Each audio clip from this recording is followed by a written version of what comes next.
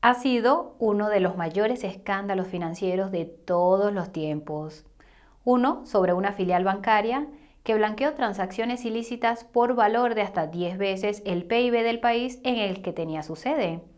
Uno relacionado con un asesinato y algunas muertes bastante misteriosas.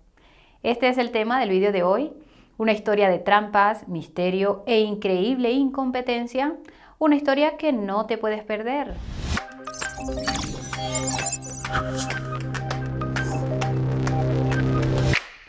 Antes de empezar con el vídeo, hay un aviso importante que os tenemos que comunicar. Todo el contenido tiene fines puramente educativos y de entretenimiento. De hecho, toda la información presentada se ha obtenido de fuentes disponibles públicamente. Una vez trasladado este aviso obligatorio, nos gustaría saludar a todos los nuevos espectadores del canal. Aquí en Coinburó trabajamos día y noche para ofrecerte contenido sobre criptomonedas de la mayor calidad posible. Si esto te parece interesante, dale al botón de suscripción y a sonar la campanita de notificación. De este modo, sabrás cuando publicamos un nuevo vídeo. Dicho esto, ¿estás preparado para conocer uno de los mayores escándalos financieros de todos los tiempos? En ese caso, deja que te sorprendamos.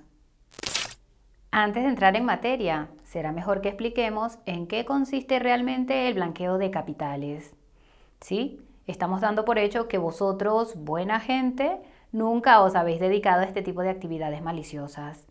Y por tanto, es posible que no estéis familiarizados con esta actividad, a diferencia de los taimados banqueros. No obstante, si dominas la materia, entonces salta hasta el comienzo de la historia. Hay marcas en la línea de tiempo del vídeo que puedes utilizar para hacerlo. En pocas palabras, el blanqueo de capitales es un proceso a través del cual el producto de una actividad delictiva se disfraza para enmascarar su origen ilícito. En esencia, consiste en tomar dinero sucio y convertirlo en dinero que parezca legítimo. Pero, ¿por qué querría una mente criminal tomarse esta molestia? Pues bien, hay dos razones principales. El rastro de dinero es una prueba de sus delitos y el producto de estos delitos puede ser confiscado. El proceso de blanqueo puede dividirse en 3 etapas. La primera es la etapa de colocación y consiste en introducir las ganancias ilícitas en el sistema financiero.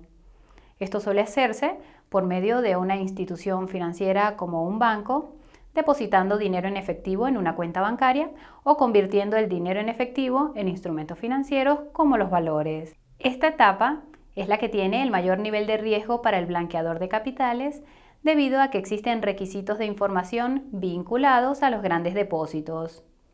La segunda etapa es la estratificación, es decir, los instrumentos financieros elegidos son manipulados para dificultar el seguimiento de los posibles investigadores. Para ello, se realizan un gran número de transacciones de forma que el dinero sea difícil de rastrear. Por último, tenemos la etapa de integración de ese dinero sucio en el sistema financiero real. Esto se hace comprando activos como valores inmobiliarios, activos financieros o bienes de lujo como relojes Rolex. Normalmente, una vez que el dinero sucio ha superado esta etapa, se considera limpio, ¿sí? Es cierto que no todas las estrategias de blanqueo de capitales incluyen estas 3 etapas.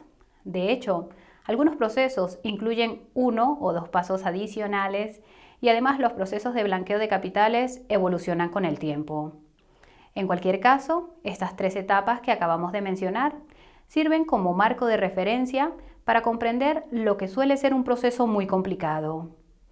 Naturalmente, no estamos al tanto de todos los mecanismos de blanqueo de capitales, ya que dedicamos nuestro tiempo a crear contenido sobre criptomonedas de primera calidad para vosotros.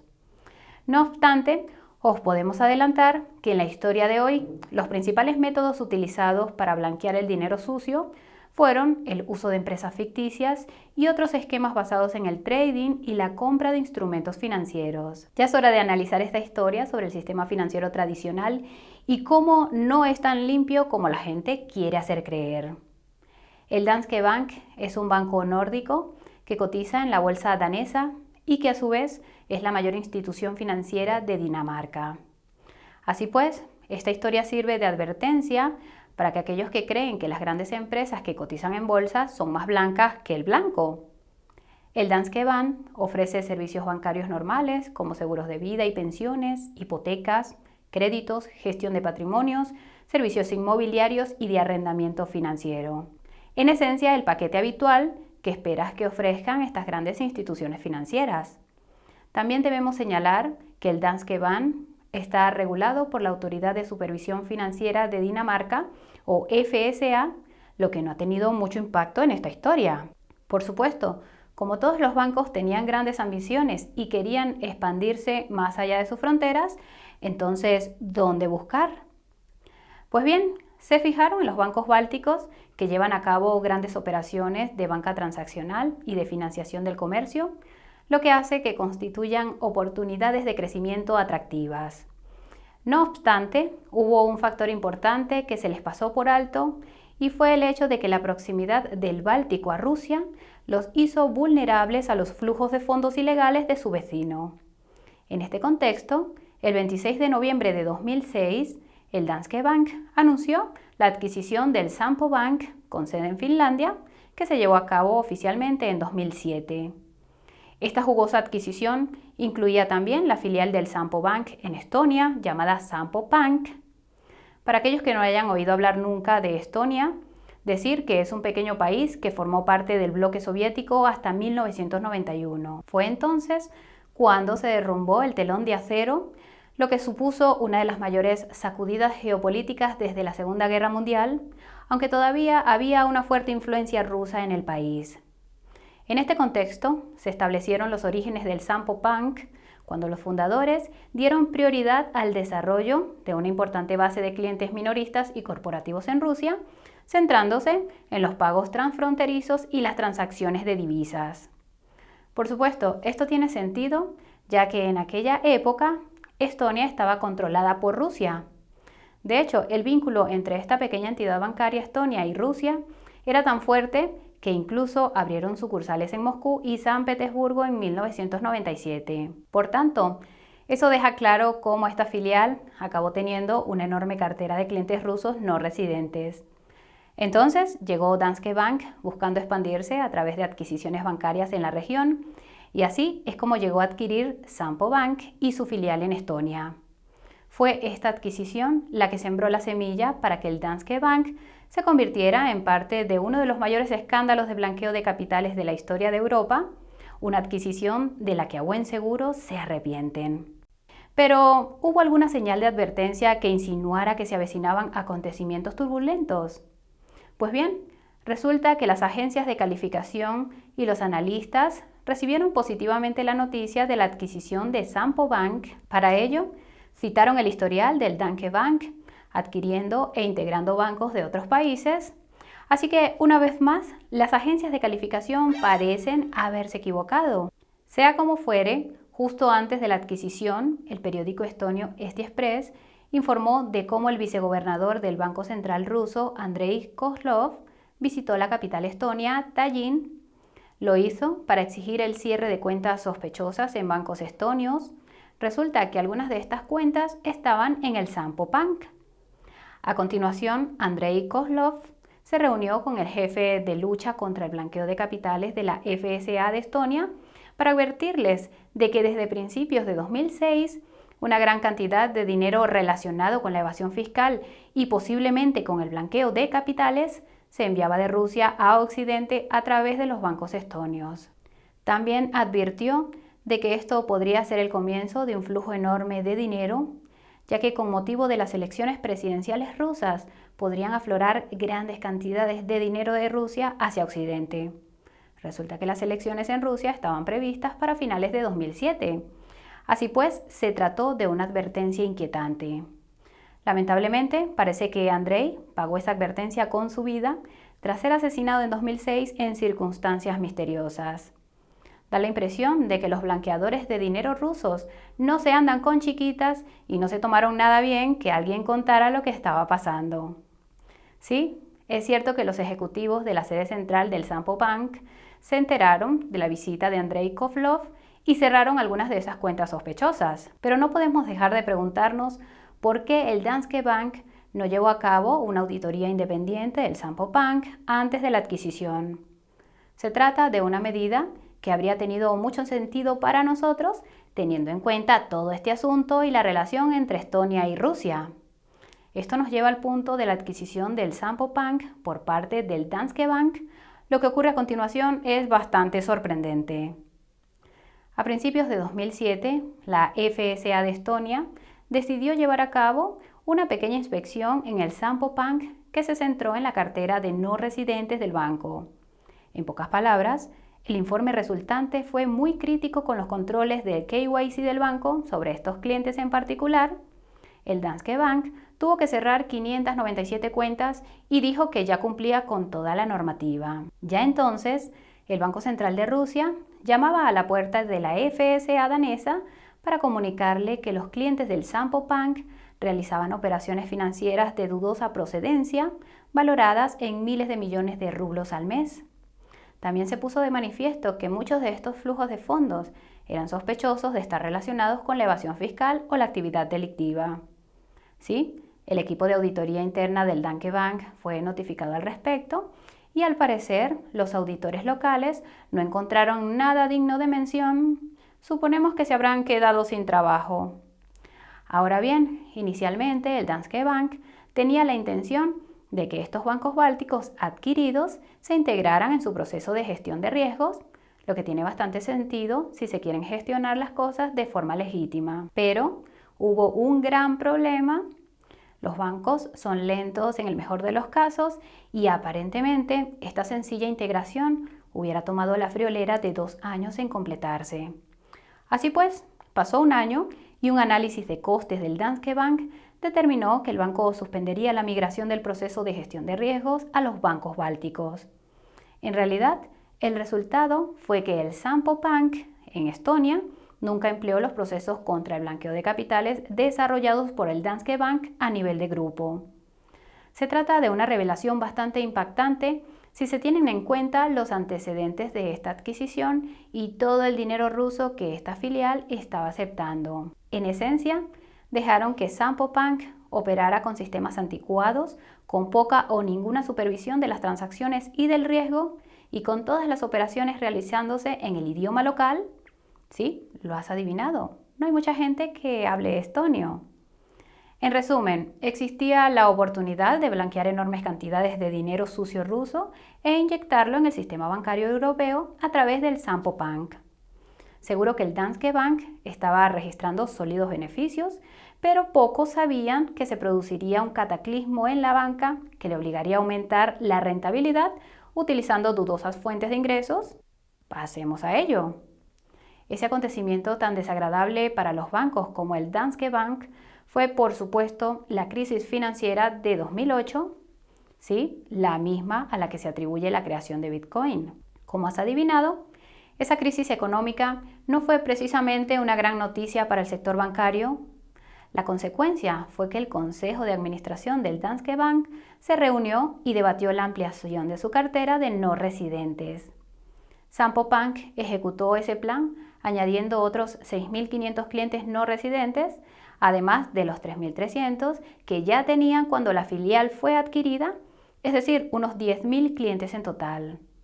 Todo ello en una filial con sistemas anticuados, inadecuados y manuales, con procedimientos laxos de lucha contra el blanqueo de capitales y con pocos medios para detectar este tipo de prácticas. En nuestra opinión, una receta para el desastre. Esta expansión de la cartera de no residentes en el Sampo Bank se vio impulsada por la mayor independencia de la filial estonia del grupo. Algo que fue posible, por supuesto, gracias a esas excepciones a las normas y procedimientos del grupo. Esto es una forma elegante de decir que se tomaron atajos para conseguir esos lucrativos clientes no residentes. En un caso, se permitió que la filial estonia pudiera emitir líneas de crédito de forma excepcional en divisas extranjeras a los no residentes, incluso si la empresa implicada no proporcionaba ningún estado financiero sobre la procedencia del dinero. Una clara bandera roja en lo que se refiere al cumplimiento de la normativa contra el blanqueo de capitales. En otro caso, se creó una solución personalizada para 10 clientes no residentes. En ella se utilizaban los bonos como una forma más rápida y eficaz para que estos clientes enviaran su dinero al extranjero en lugar de realizar los pagos internacionales utilizando un banco ruso nacional. Este plan tenía dos problemas principales: el desconocimiento de los clientes finales por parte de los intermediarios y el riesgo potencial de constituir una ayuda a la fuga de capitales de Rusia. No obstante, los altos cargos del Danske Bank no consideraron graves ambos riesgos y la filial Estonia recibió luz verde para llevar a cabo ese negocio. Suponemos que se trataba de crecer a toda costa. Si avanzamos rápidamente hasta 2013, el Banco Central de Rusia informó que hubo más de 3.000 millones de dólares en transacciones sospechosas solo entre 2011 y 2012, una cantidad asombrosa si tenemos en cuenta que toda Estonia registró un PIB de solo 23.000 millones de dólares en 2011. Ese chivatazo del Banco Central ruso hizo que la FSA Estonia investigara a la filial, pero de alguna manera concluyó que no se habían producido infracciones significativas de los procedimientos internos ni de los requisitos legales. A pesar de ese fallo de la FSA Estonia, JP Morgan decidió poner fin a su relación bancaria con esta filial de Danske Bank, alegando la falta de controles contra el blanqueo de capitales. Este movimiento se debió probablemente a una orden de cese y desistimiento de los reguladores bancarios de Estados Unidos que exigían mejoras en los controles contra el blanqueo de capitales de JP Morgan y en el proceso de reducción de riesgos que se derivó de ello. A pesar de este contratiempo con JP Morgan, esa pequeña filial estonia seguía dejando que fluyera por ella grandes cantidades de dinero negro sin poner ningún obstáculo. Seguro que los directivos del Danske Bank aún no eran conscientes de lo que realmente estaba ocurriendo en Estonia en ese momento, pero eso estaba a punto de cambiar. En 2014, varias denuncias afectaron al banco y no hace falta decir que todas ellas estaban relacionadas con la cartera de no residentes de la filial en Estonia. Un caso hacía referencia a una empresa constituida en el Reino Unido como sociedad de responsabilidad limitada que, según el denunciante, proporcionaba balances falsos a la Companies House en el Reino Unido, la autoridad empresarial del gobierno británico. De hecho, la empresa había declarado al gobierno del Reino Unido que la empresa estaba inactiva, es decir, que no hacía negocios. Pero el denunciante afirmó que la misma empresa había depositado casi $1 millón en la sucursal de Estonia, lo que por supuesto no es el tipo de cosas que suelen hacer las empresas inactivas. Por tanto, esa declaración en el Reino Unido fue claramente fraudulenta, ya que informó al gobierno británico de la existencia de $25.000 en efectivo y no del $1 millón depositado en el Danske Bank. Fue entonces cuando quedó claro que el Consejo de Administración del Danske Bank decidió preservar la rentabilidad por encima de todo. Por supuesto, se investigaron las acusaciones de los denunciantes y se recomendó una revisión independiente completa de todos los clientes no residentes. No obstante, este proceso no se llevó a cabo hasta 3 años después e incluso fue consecuencia más de las publicaciones de los medios de comunicación daneses que de otros factores. Las cosas empezaron a aclararse en 2017, cuando los medios de comunicación daneses vincularon al Danske Bank con 3 escándalos de blanqueo de capitales. Se trata de operaciones de blanqueo en Rusia y Azerbaiyán que canalizaron fraudulentamente decenas de miles de millones de dólares fuera de esos países y un supuesto fraude ruso por valor de $230 millones. Este fraude fue descubierto en realidad por un abogado llamado Sergei Magnitsky antes de su muerte completamente natural en una celda de una prisión rusa. Estas revelaciones fueron sorprendentes para la mayoría de la sociedad, ya que el Danske Bank había sido una de las instituciones financieras más respetadas de Escandinavia. Lo más embarazoso para el banco fue que se vio obligado a reaccionar ante la tormenta mediática sin tener una visión completa del negocio de no residentes de su filial en Estonia. Fue esa presión la que les llevó a contratar al grupo financiero Promontory para que realizara un análisis en profundidad de la cartera de no residentes de dicha filial. Este análisis concluyó que importantes deficiencias en los controles contra el blanqueo de capitales y en la gobernanza hicieron posible que se utilizara esa filial para actividades delictivas. Los resultados de ese análisis llevaron a la FSA danesa a investigar más a fondo el asunto. Esa investigación descubrió que el Danske Bank También había olvidado informar de los problemas de blanqueo de capitales y de la actividad de las transacciones sospechosas de los clientes de su cartera de no residentes. Poco antes de la publicación del análisis de la FSA danesa, el Danske Bank anunció la reducción de sus actividades bancarias en el Báltico. Vamos, que ya habían aprendido la lección. En 2018, la FSA Estonia abrió otra investigación contra el banco. El fiscal estatal danés de delitos económicos especiales e internacionales inició una investigación penal contra el Danske Bank por violación de la ley de blanqueo de capitales. A continuación, el Departamento de Justicia de Estados Unidos, el Departamento del Tesoro y la SEC emprendieron acciones contra el banco. Por tanto, está claro que son malos tiempos para el Danske Bank. Luego publicaron su propio informe sobre el escándalo. En él se reconocían importantes deficiencias en los sistemas de gobernanza y control del banco que permitieron utilizar la filial Estonia para realizar operaciones sospechosas. Además, entre 2007 y 2015, alrededor de 200.000 millones de euros en transacciones sospechosas de no residentes habían pasado por esa filial bancaria en Estonia. Esta cifra equivalía a 10 veces el PIB de Estonia en 2007, una cantidad asombrosa de dinero para que una sola filial realizara transacciones sin plantear preguntas serias.